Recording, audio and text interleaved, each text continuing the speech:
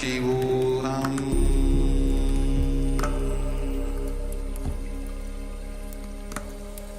Om Nityananda Paramashivoham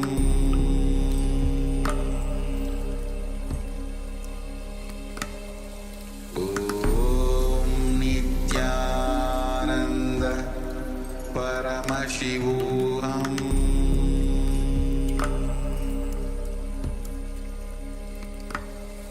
Om Nityananda Paramashivoham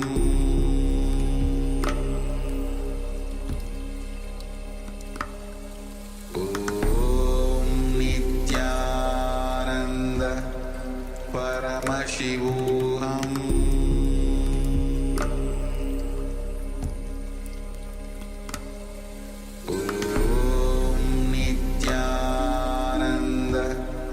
Paramashivoham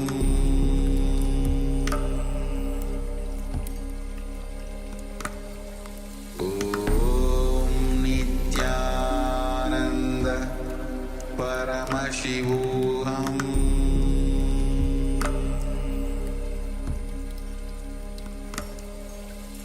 Om Nityananda Paramashivoham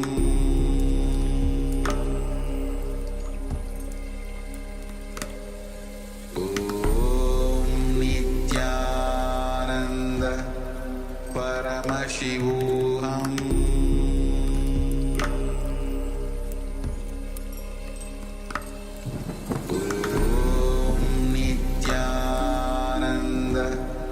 Paramashivoham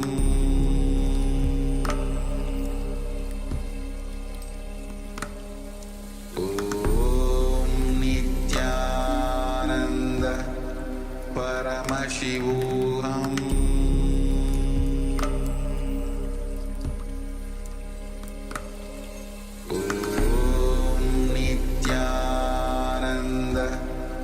Paramashivoham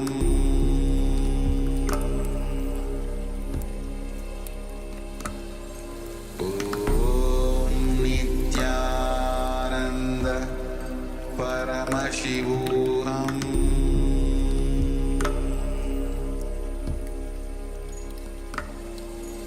Om Nityananda Paramashivoham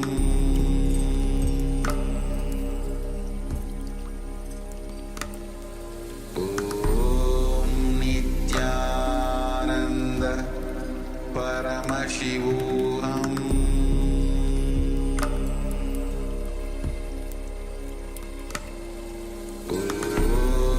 Nityananda Paramashivoham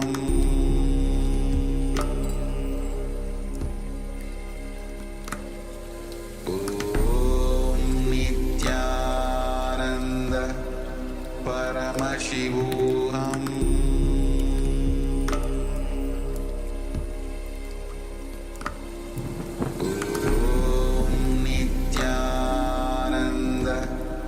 Paramashivoham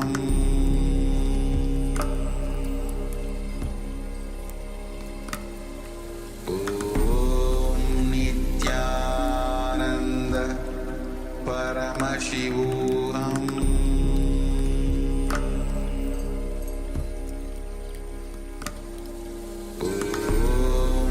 Nityananda Paramashivoham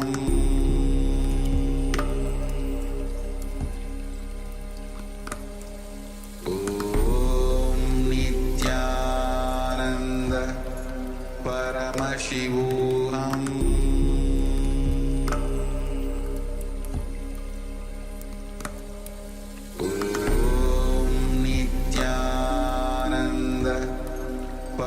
Paramashivoham